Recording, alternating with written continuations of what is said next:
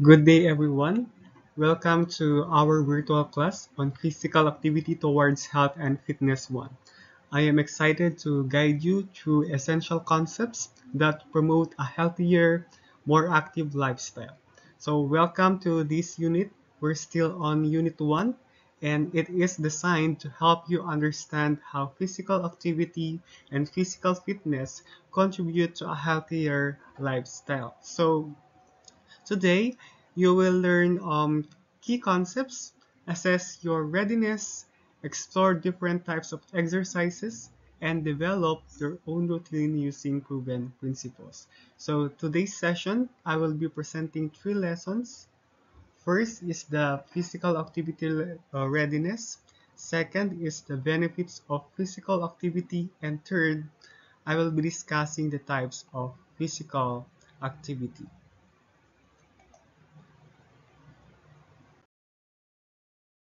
Let's begin by distinguishing between physical activity and physical fitness. So, physical activities are any bodily movement produced by skeletal muscles that requires energy expenditure.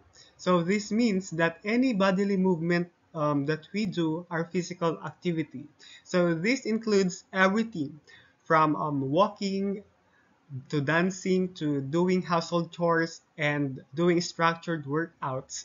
As long as you're moving and burning energy, you are doing physical activity. So physical activity is action oriented, or it is what you do. So physical activity is about the behavior. So it is about what actions you take. So it doesn't necessarily measure how fit you are, just that when you're doing something active, you are doing physical activity. So, to help us guide doing physical activity, we can use the FITT principle, or the frequency, intensity, time, and type. So, this will structure a safe and effective exercise routine. So later on, I will elaborate the FITT principle. So, on the other hand, physical fitness is the state or condition in which an individual has the capacity to carry out daily tasks with vigor and without undue fatigue. So, this refers to our ability or condition. So, being physically fit means you can handle everyday physical demands efficiently and able to recover well. So, physical fitness is condition oriented. It is what you achieve. So, when physical activity is what you do, physical fitness is the result of what you did. It is now what you achieve. So, physical fitness reflects the results or outcome of regular physical activity. It is not about what you do, but what your body is capable of. So, we can measure or assess physical fitness through standardized physical fitness tests, which measures strength, endurance, flexibility, and cardiovascular capacity. So there are two types of physical fitness tests. We have the skill-related physical fitness test and health-related fitness test. And I hope and I'm sure that you already know about this physical fitness test, as you have already done this during your elementary, junior high school, and senior high school. Okay.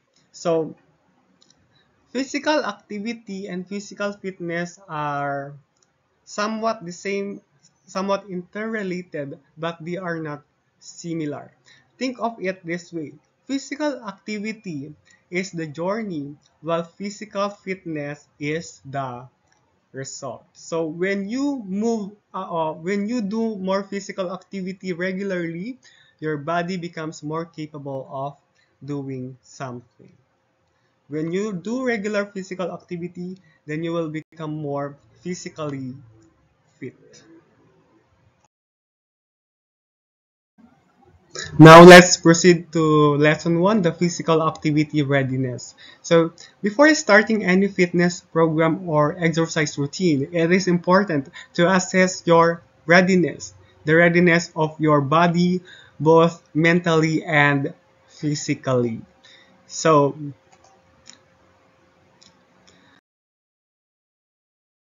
when we say physical activity readiness, it is the state of being mentally and physically prepared for safe and effective participation in exercises. So, even though physical activity is generally safe and beneficial, some people may face health risks if they jump into exercise without proper precaution. So we have here the PARQ, or the Physical Activity Readiness Questionnaire. So it is a 7-question tool developed by the Canadian Society for Exercise Physiology, or the CSEP, to identify individuals for whom physical activity might be inappropriate or require medical clearance. So last week I asked you to answer honestly your PARQ to determine your physical activity um, readiness. So the PARQ is not a test of fitness. It is a safety filter. So it helps you avoid serious health complications that might happen if you exercise without knowing your physical activity limitations. So before jumping into workouts or fitness assessments, always take time to complete your PARQ, or the Physical Activity Readiness Questionnaire. So I already sorted out your responses in your PARQ, and through basing on the results, I will be grouping you into groups, which will later on be your final, or I should say preliminary requirement.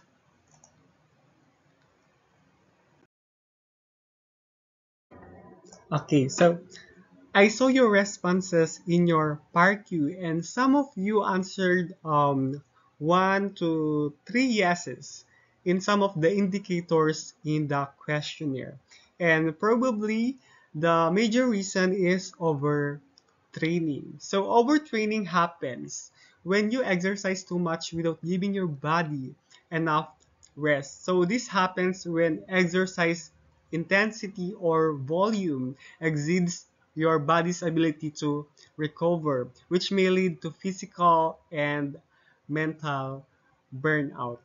So it is a common issue for athletes or highly motivated individual who pushes themselves too hard without proper recovery or proper rest. So here are some signs or indicators of overtraining. First is always feeling tired even after sleeping. So your body stays fatigued because it hasn't had enough time to repair itself even you sleep too much. So sleep doesn't feel refreshing. Number 2 is losing interest in workouts. Of course, you may feel unmotivated or even dread going to the gym or doing physical activity or workout. So this is the psychological sign of physical burnout, losing interest in workouts. Number 3 is getting sick or injured more often. Of course, when you overtrain, your immune system weakens and you are more likely to suffer from muscle strains, colds, or other issues or injuries. Fourth is trouble sleeping or concentrating. Of course, when you overtrain, the body's stress response is on high alert, which may disturb your sleep and focus, and more likely you will feel more exhaustions. And lastly is decreased performance. So when you overtrain, you might notice that you are um, In the next workout schedule or routine, you'll run slower, you may lift less weights, or losing coordination, balance, and stamina.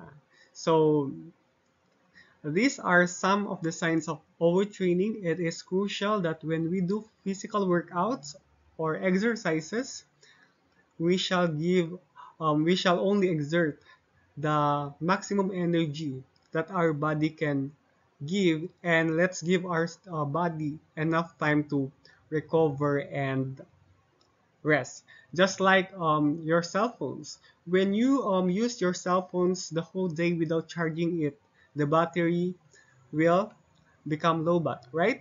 Just like our body, when we exert too much effort or do physical activity the whole day without rest, then tendency is we will become physically and mentally burned out. So it is important to give ourselves time to rest and recover.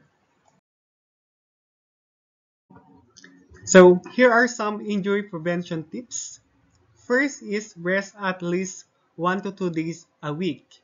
Do not exercise every single day. It is not ideal that you are going to work out from Mondays to Sundays. So at least give your body at least 1 to 2 days rest per week.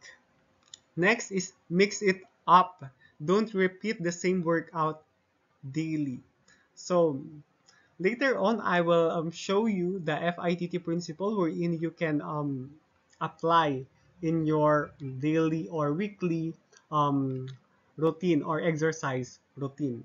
Third is warm up before and cool down after. So when we do physical activity, it is important that you should not skip stretching. It is important that you warm up your body and cool down after. Fourth is stay hydrated and eat right. Of course, please do not ignore hunger, pain, or fatigue. Next is wear proper shoes and gear. So it is important that when we do physical activity, we wear clothes that and gears that we are comfortable. Don't use worn out or wrong equipment. So, and lastly, listen to your body. Don't push through when you feel pain or sharp pain. So, think of injury prevention as your personal safety policy.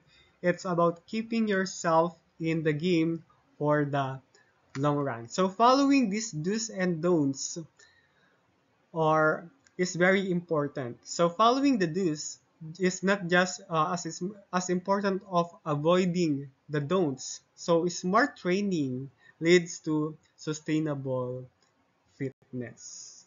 So I hope you are going to internalize or apply this injury prevention tips later on when you already do your physical activity routines. Now let's discuss the warm up and the cool down, which is an important part when we do physical activity or exercise routines. So warm up prepares your body for exercise, which gradually increases your heart rate and temperature. It loosens joints and muscles and mentally prepare you from movement. So the warm up phase helps your body gradually shift from rest to exercise. So it increases blood flow, raises your heart rate, and prepare your muscles and joints to do physical movements. So how this warm up works?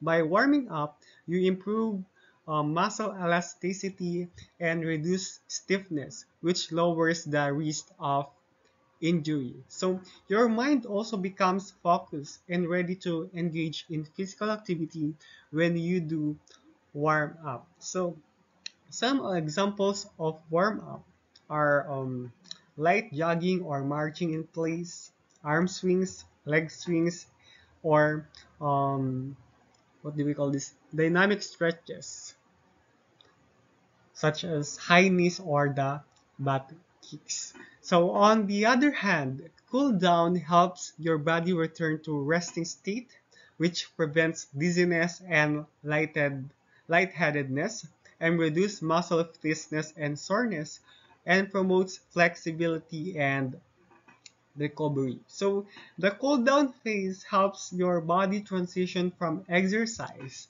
back to states, its resting state. So it allows your heart it allows your heart rate and breathing to return to normal gradually. So how cool down works? Cooling down um, prevents dizziness or dizziness or blood pooling in your legs, and it helps reduce muscle soreness and assist with body recovery. Some examples of cool down are slow walking, deep breathing, and static stretching, such as hamstring stretch and quad stretch. So always remember that when we do physical activities, any physical activity, it is important that we do warm up before and cool down after.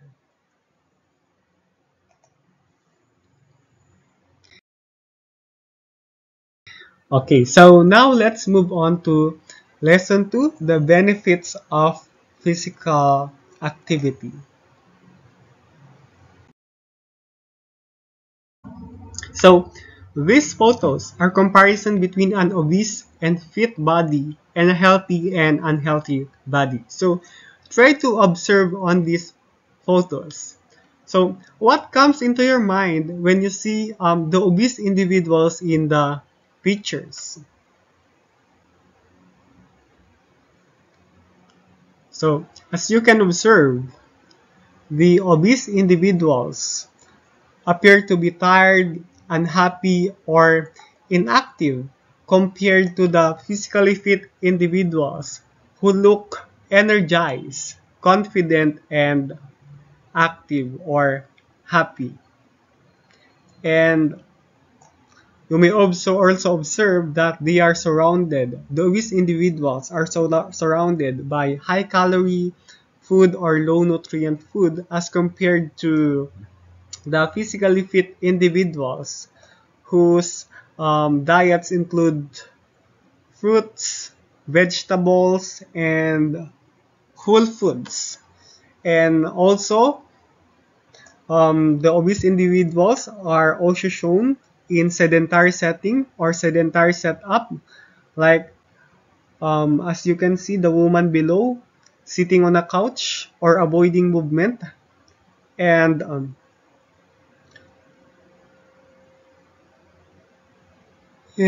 the man above doing leisure activity or drinking alcohol. So when you see these obese individuals in these pictures, you may possibly think about the consequences of an inactive lifestyle, not just physically but also mentally. So it shows how poor eating habits and lack of physical exercise can lead to weight gain, to low energy, and can also lead to health issues and even can um, can affect our self-confidence. So this is not to shame anyone, as um, obesity is often complex and influenced by genetics. So some obese individuals are already born naturally obese due to genetics influence to their to their environment. So I'm just giving an awareness between the difference or the factors affecting or leading to an obese individual and physically active or physically fit individual. So when it comes to caring our body, it is important to have discipline, energy, and a positive mindset. So When we choose our lifestyle, like exercising regularly and eating healthy, it is clearly helping our body to feel and function better. So this visual comparison isn't just about the body size, it's about habits and health outcomes. So being healthy means more than just looking fit.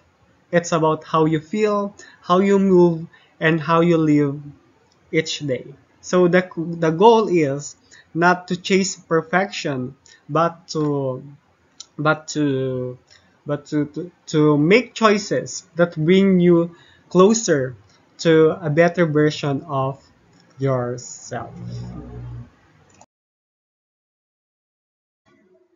Okay, so we have here the three body types, or the so-called somatotypes. So we have here the ectomorph, the mesomorph, and endomorph. So try to observe on the difference between these three body types. So the ectomorph appeared to be slim build with narrow shoulders and hips, just like me. So these individuals have low body fat and muscle mass, and they have fast metabolism. So these individuals has difficulty gaining weight, just like me. I've been eating a lot and training so much, but it is hard for me to gain weight, both fat and muscle. So as you can see, this ectomorph individual appears to be lanky, slim, or thin, which requires them to or need them to more calorie intake to gain body weight or bulk up. So these individuals may also be required to do more strength training or muscle strength activities to build muscle or to bulk up. So if you are naturally skinny just like me and find it hard for you to gain weight no matter how much you eat, you might be an ectomorph just like me. Second is the mesomorph. As you can observe, or as you can see, these mesomorph individuals are athletic and have muscular build. So they are naturally strong and well proportioned. Mapapasana all ko na lang talaga. And these individuals can also gain and lose weight easily as they respond quickly to exercise, especially in strength training. And as you can observe, they have a regular shaped body. So in ectomorph, they have fast metabolism. In mesomorph, they have balanced metabolism. So this body type or the mesomorph often thrive in sports and exercise activities. They build muscles fast and can stay lean with regular exercise. And lastly, we have the endomorph. So the endomorph, as you can observe, have rounder or softer body shape. They have a higher body fat percentage. And as compared to the two, they have slower metabolism. So these individuals with endomorph body gains fat easily and find it harder to lose weight. So kabaliktaran siya ng ectomorph. So these individuals often struggles with weight management, and they benefit greatly from a structured diet and consistent cardio. So endomorph needs to be extra mindful of their nutrition and stay active. They need to stay active to maintain a healthy body composition.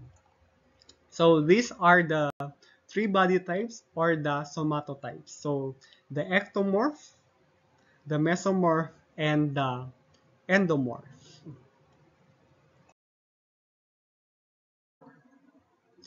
Now let's proceed to the benefits of physical activity. So the three major benefits of physical activity are physical, mental, and social. So these benefits highlight how staying active, staying physically active improves not just our body but our mind and relationship with others too. So let's start with physical benefits.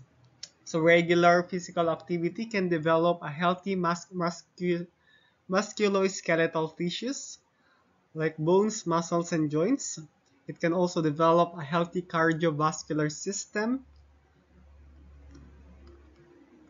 like our heart and lungs. It can also develop neuromuscular awareness such as coordination and movement control. And lastly, it can maintain a healthy body weight. So regular physical activity improves your body's structure and function. It strengthens our bones, muscles, and joints. It improves our cardiovascular health. It enhances our neuromuscular control, and it helps maintain a healthy body weight. So think of physical activity as our natural medicine because it prevents many diseases without the need of a prescription. Now let's move on to the mental benefits. So when we do regular physical activities, it improves concentration and enhances memory and learning. It reduces and manage stress, anxiety, and depression. It improves self-esteem and confidence, and it improves psychological well-being. So, being active or being physically active also helps our brain and emotional health. So, it boosts mood. It boosts our mood and reduces stress as doing physical activity reduces or release I should say releases endorphins which makes our body feels good. So endorphins are chemicals that makes our body feels better or good. So it can also improve memory, learning, and concentration, especially when we do aerobic exercises. It can also reduce anxiety and depression as regular physical activity regulates stress hormones which improve our self-image.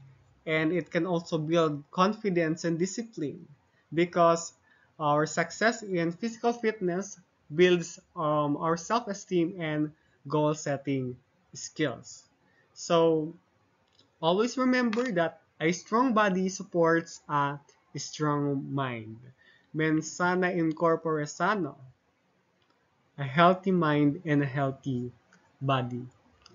And lastly, let's move on to the social benefits. When we do regular physical activity, it encourages family and community connectedness. It improves social skills and networks. It reduces isolation and loneliness. It creates safer places and communities and contributes to better performance at schools. So, exercise or doing regular physical activity can bring people together and improve your social well-being. So, when we do physical activities such as playing team sports or walking with friends, it encourages family and community bonding. When we do group activities, we develop communication and teamwork skills. When we are being physically active and can connect to new people and support networks, we can reduce isolation. When we promote a healthier environment, we create a safer and more engaged communities. So you see, being active helps you feel like you belong. And that's just as important as being physically fit. So when we talk about health, it is not just about having abs or lifting weights. As true fitness means being well in your body, being clear in your minds, and being connected in your relationship with others. So that is the power of physical activity. It builds you from the inside and out. Okay, so now let's move on to the last lesson for this session, the types of physical activity. Generally, there are three types of physical activities: the aerobic or cardio exercises, the muscle strengthening exercises, and the bone strengthening exercises. So let's start with the aerobic or cardio activities. So aerobic activities are physical exercises that increase your heart rate and breathing for a sustained period. So these activities use large muscle groups and improve the efficiency of your heart, lungs, and circulatory system. So aerobic activities are sustained physical exercises that raises your heart rate and breathing rate over time. So these aerobic exercises use large muscle groups like your legs, your arms, and the muscle groups at your back. So the aerobic or cardio activities are rhythmic and repetitive activities. And this activity depends on oxygen to produce energy. Hence the term aerobic, which means with oxygen. So here are the key features of aerobic activities. It can be performed continuously for at least 10 minutes. It involves rhythmic and repetitive movements. It requires oxygen to generate energy, and it builds cardiovascular endurance. And some examples are walking briskly, running or jogging, swimming, cycling, dancing, and hiking. And the benefits are is it strengthens the heart and lungs, it burns calories and help maintain healthy weight, it reduces risk of heart disease, stroke and diabetes, improves mood and energy levels, and enhances stamina and endurance. So let's think of aerobic exercises as our heart's favorite workout. The longer and more we steadily move, the more our cardiovascular system improves. So this is the first type of physical activity, the aerobic or activities, which targets our cardiovascular fitness.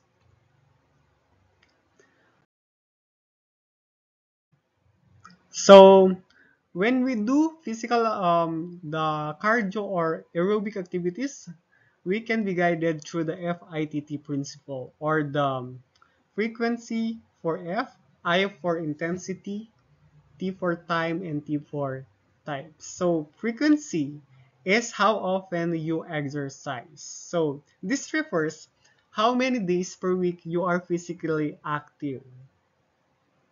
As I have said a while back, it is not ideal that we do physical activities the whole every day, the whole week. So 3 to 5 times per week is ideal.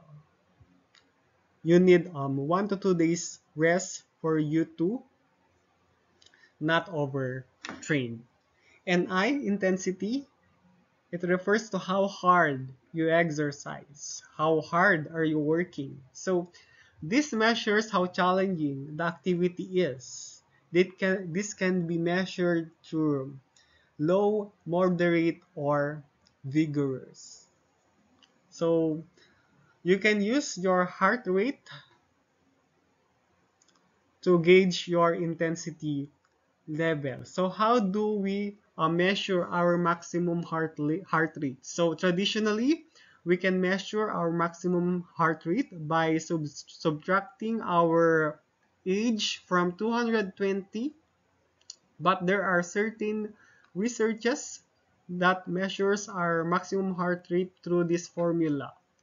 So 207 minus the 7% of your age.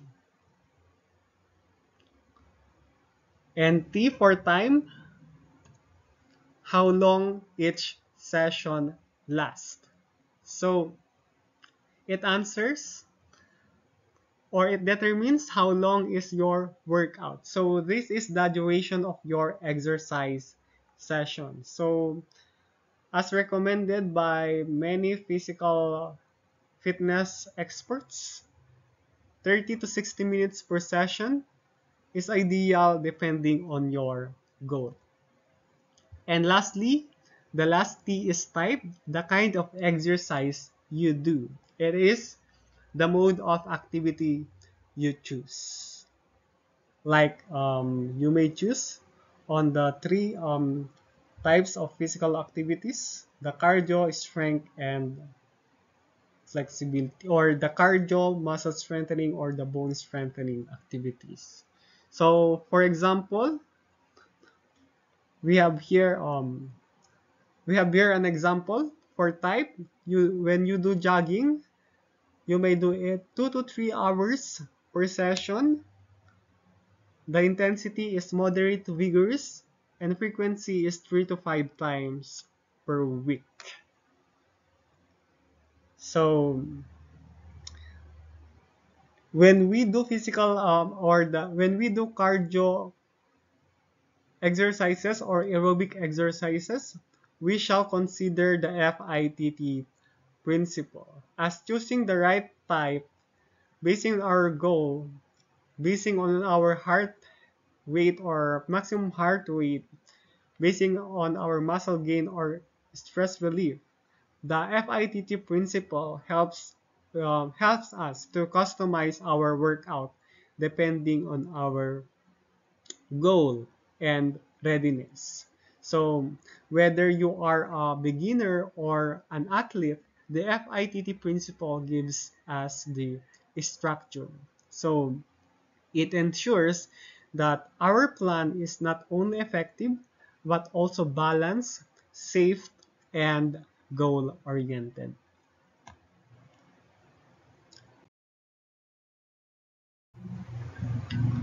So there are three levels of intensity in aerobic activity: the light, the moderate, and vigorous activity.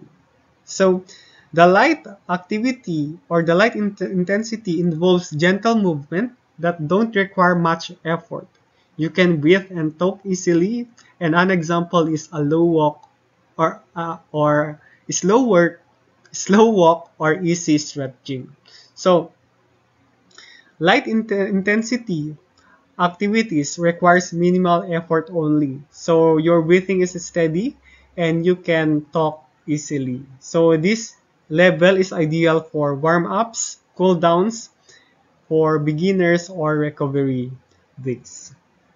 Second level is the moderate, which makes your heart beat faster and your breathing quicker, but you can still talk. So some examples are brisk walking or biking.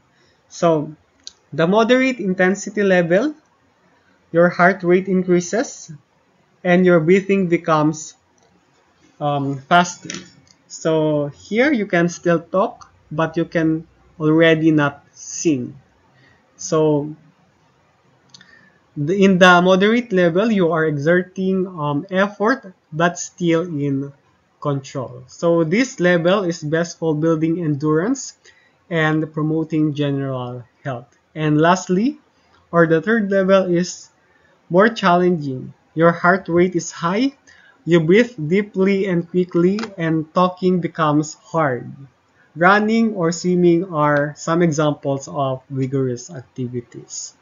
So, the vigorous intensity level requires high effort as your heart beats faster, breathing is deep and rapid, and talking becomes already difficult. You can say few words, but not to hold. But you cannot already hold a conversation. So This level is ideal for improving fitness level and burning more calories in less time.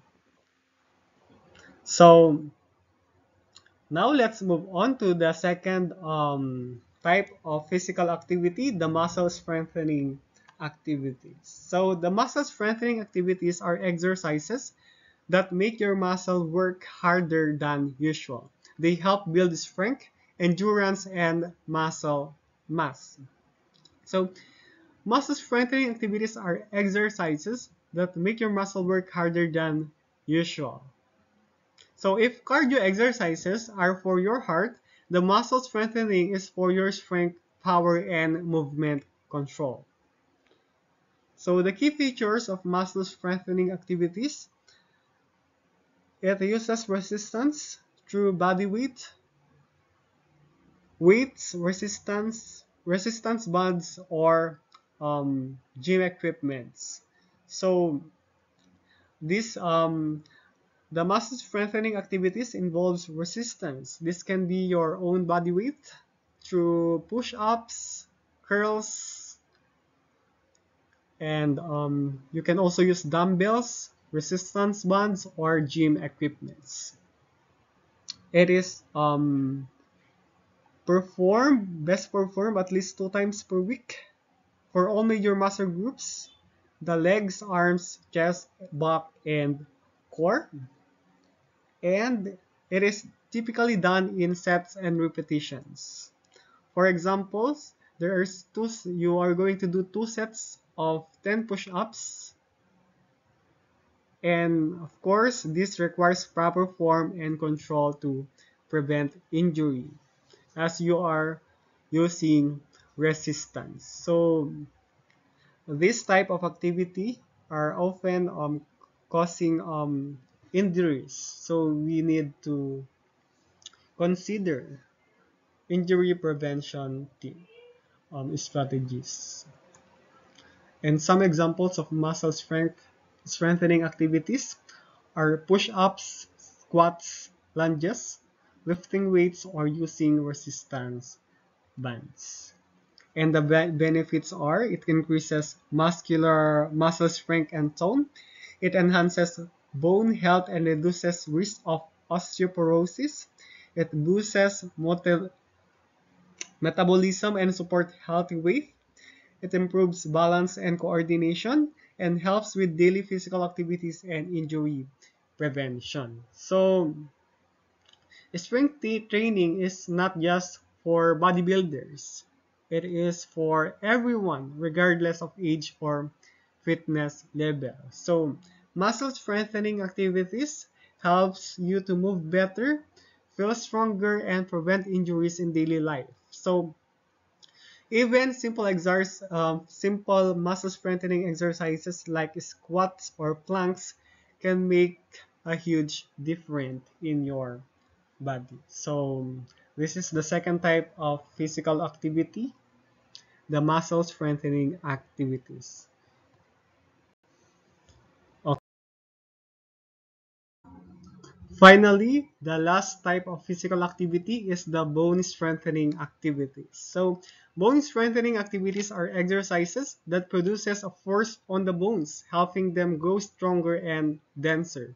So this happens when muscles push and pull against bones during movement. So these bone strengthening activities are physical exercises that put force on the bones, which promotes bone growth and strength. So the bone strengthening activities are also known as weight bearing or weight loading activities.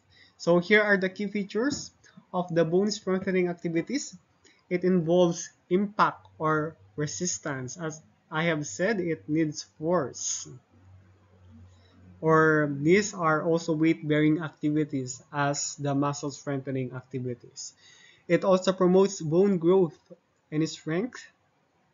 This activity targets our bone to make it stronger and healthier.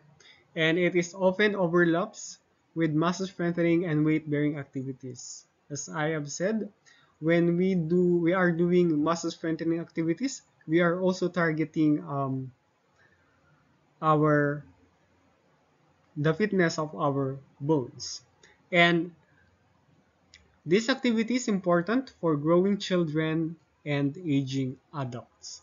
And some examples of bone strengthening activities are jumping, running or skipping, hopping or dancing, sports like basketball or tennis, or long jump, high jump, or any other movement that requires force involving your muscles and bones. And some benefits of the bone strengthening activities: it increases bone density and strength, it reduces risk of osteoporosis and fractures and any other bone diseases, it supports good posture and balance, and it helps maintain bone health throughout life.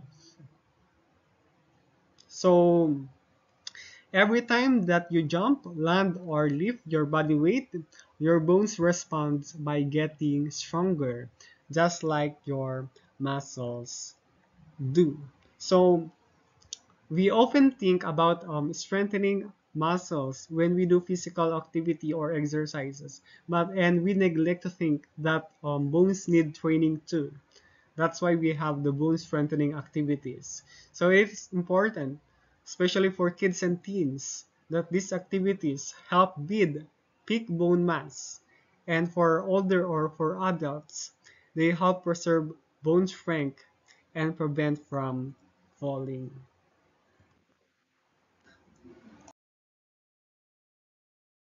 The bone strengthening exercises can be a low impact or a high impact. So low impact workouts are gentle on the joints. At least one foot always stays on the ground or your body supported, like in water or on a machine. Examples of low impact workouts or low impact bone strengthening exercises are walking, swimming, cycling, yoga, and water aerobics. So these are good for people with joint issues or bone issues or for beginners. So low impact doesn't mean low result. It means safer movement with less stress on the body. And for high impact, the high impact workout involves both feet leaving the ground on the same time, like running, jumping, or skipping. So they help build strong bones but may not be safe for people with big, weak bones or joint problems. Yeah, so high impact activities strengthen bones quickly, but they also carry higher risk of um, injuries if done improperly without proper conditioning. So choosing between the low and high impact isn't about which is better or which is best. It is about what your body needs and can handle. You cannot do high impact activities when you have joint issues or when you are beginner. The tendency is you will suffer from injuries.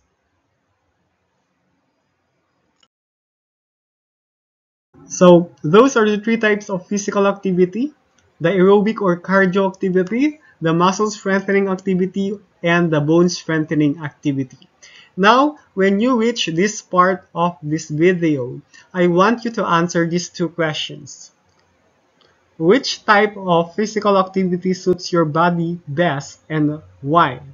And how will you include it in your daily routine? So write your answers in the comment section, and this will serve as your attendance for this session. So that ends my presentation. Thank you so much for your attention. Remember that fitness is not about perfection, but progress. So let's stay safe, let's stay active, and keep moving. So later on, I will be sending you sets of activities for you to answer, as well as your preliminary major requirements. So thank you so much and stay safe, everyone.